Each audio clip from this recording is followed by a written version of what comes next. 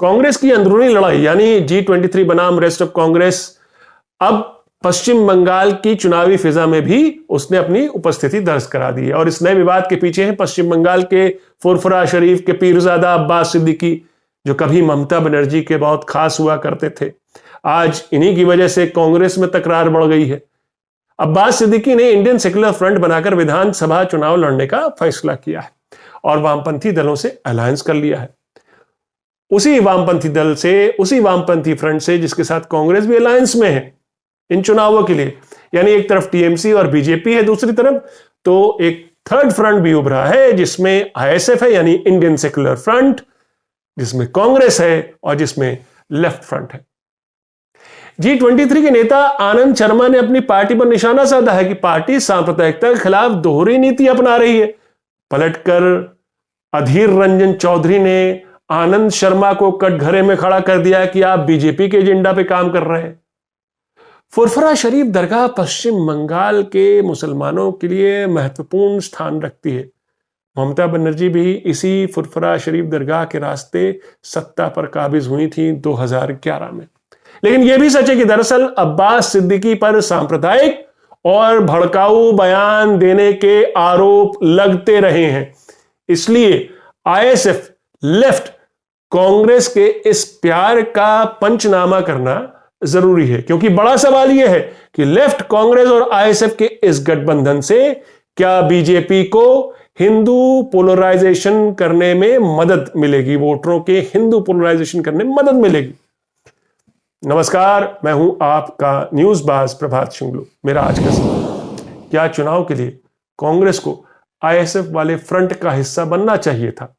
अपने जवाब हां या ना में जरूर दीजिएगा। पश्चिम बंगाल में मुस्लिम वोटरों पर हुगली जिले के फुरफुरा शरीफ दरगाह का विशेष प्रभाव है। आसपास के 5 जिलों हावड़ा, 24 परगना, उत्तर 24 परगना, दक्षिण, बीरभूम और हुगली में इस दरगाह का विशेष प्रभाव है। पीरजादा अब्बास सिद्दीकी इस दरगाह से जुड़े हैं। राज्य में 31% मुसलमान हैं और ममता की पॉलिटिकल कॉन्स्टिट्यूएंसी का बड़ा हिस्सा है मुस्लिम वोटर्स। लेफ्ट फ्रंट से अगर मुस्लिम वोटर खिसके 2011 में तो सीधा ममता की झोली में आकर गिरे। यानी इसी दरगाह की मदद से ममता सत्ता पर काबिज हुई। राज्य की 294 सीटों में से लगभग 90 सीटों पर मुस्लिम वोट प्रभावित करते हैं। ममता आज भी फुरफुरा शरीफ और उसके विकास, आसपास के विकास का विशेष ख्याल रखती हैं। इनफैक्ट जिस दिन चुनाव आयोग ने विधानसभा चुनाव की घोषणा की, उस दिन भी ममता सरकार ने फुरफुरा मजार के लिए, दरगाह के लिए 2 करोड़ 60 लाख रुपए सैंक्शन किए। इसी वोट बैंक पर, इसी दरगाह और उससे प्रभावित होने वाले वोट बैंक पर अब कांग्रेस की नजर है, जिसके वोट पिछले सालों में घटते गए हैं और अब 5% पे आके सिमट गए। पिछले दिनों अब्बास सिद्दीकी और ममता बनर्जी में दूरी आई है। सिद्दीकी ने अपनी पार्टी लॉन्च करने का फैसला किया। हालांकि सिद्दीकी का दावा है कि आईएसएफ ओबीसी और दलितों की आवाज भी बनेगा, लेकिन हकीकत यह है कि उनकी पकड़ मुस्लिम कॉन्स्टिट्यूएंसी में, मुस्लिम वोटर्स में कहीं ज्यादा है। उनकी इसी पॉपुलैरिटी के चलते एआईएमआईएम के नेता असदुद्दीन ओवैसी ने भी सिद्दीकी के साथ मिलकर चुनाव लड़ने का मन बनाया था, मगर दाल गली नहीं। इसलिए सिद्दीकी की पार्टी ने लेफ्ट फ्रंट के साथ गठबंधन किया, जिसका कांग्रेस के साथ गठबंधन हो चुका था इन चुनावों के लिए। दरअसल अब्बास सिद्दीकी ने भले ही अपनी पार्टी का नाम इंडियन सेक्युलर फ्रंट रखा हो, पर वो अपनी मजहबी स्पीच के लिए जाने जाते हैं। ये वही अब्बास सिद्दीकी हैं जिन्होंने एक्टर से, फिल्मों से राजनीति में आई तृणमूल कांग्रेस सांसद नुसरत जहां के बारे में कहा था कि ये तो अपना शरीर दिखाकर पैसे कमाती हैं। ये वही अब्बास सिद्दीकी हैं जिन्होंने पिछले साल दिल्ली दंगों के बाद ये कहा था कि अल्लाह को इंडिया में वायरस भेजना चाहिए ताकि करोड़ों लोग मर जाएं। हालांकि इस विवादित बयान के बाद सिद्दीकी ने माफी भी मांगी थी। इसलिए ताज्जुब होता है कि कांग्रेस उस गठबंधन का हिस्सा है जिसमें आईएसएफ है, और भी ताज्जुब होता है कि लेफ्ट फ्रंट ने खुद बढ़कर सिद्दीकी की आईएसएफ से गठबंधन किया। रविवार को आईएसएफ और लेफ्ट फ्रंट के साथ कांग्रेस ने कोलकाता के ब्रिगेड परेड मैदान में एक बड़ी रैली की थी। मंच से तीनों पार्टी के नेताओं ने भीड़ को संबोधित किया था। अब्बास सिद्दीकी ने भी, कांग्रेस के प्रदेश अध्यक्ष ने भी। मंच पर बड़े बड़े बैनर लगे थे जिन पर लिखा था आमराई विकल्प, आमराई धर्मनिरपेक्ष, आमराई भविष्य, यानी हम ही विकल्प हैं, हम धर्मनिरपेक्ष हैं और हम ही बंगाल का भविष्य है। लेफ्ट फ्रंट के नेताओं का मानना है कि आईएसएफ के खिलाफ दरअसल झूठा प्रचार किया जा रहा है जिसमें मीडिया भी शामिल है।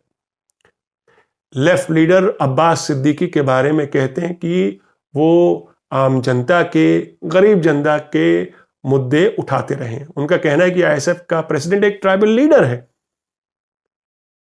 लेफ्ट फ्रंट अपने कोटे में से करीब 30 सीटें आईएसएफ के लिए छोड़ रही, क्योंकि लेफ्ट का जो कांग्रेस से टाई अप है उसमें 92 सीट्स कांग्रेस चुनाव लड़ेगी।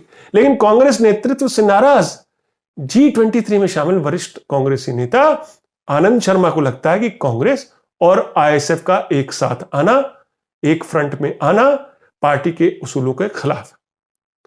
आईएसएफ से गठबंधन करने से पहले कांग्रेस को कार्य समिति से इस पर सहमति लेनी चाहिए थी, इस पर चर्चा करनी चाहिए थी, यह कहना है आनंद शर्मा का, क्योंकि उनका मानना है कि सांप्रदायिकता के खिलाफ लड़ाई में कांग्रेस सेलेक्टिव नहीं हो सकती।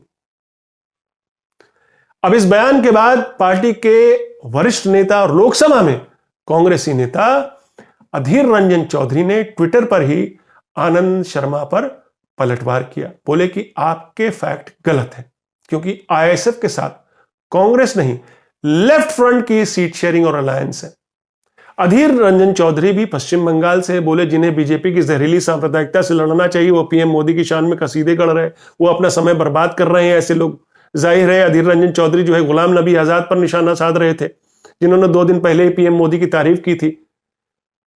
तो चौधरी बोलते हैं कि जिन लोगों को कांग्रेस यानी कि पार्टी जैसे पेड़ को सींचना चाहिए वो उसकी जड़ें खोद रहे हैं ऐसे बयान देकर। लेकिन यहां पे एक सवाल उठता है, आईएसएफ और कांग्रेस का एक मंच पर आना, जाहिर है बीजेपी इस मुद्दे को चुनाव में अब और भी जबरदस्त तरीके से बनाएगी। टीएमसी पर बीजेपी मुस्लिम अपीजमेंट का आरोप लगाती रही है।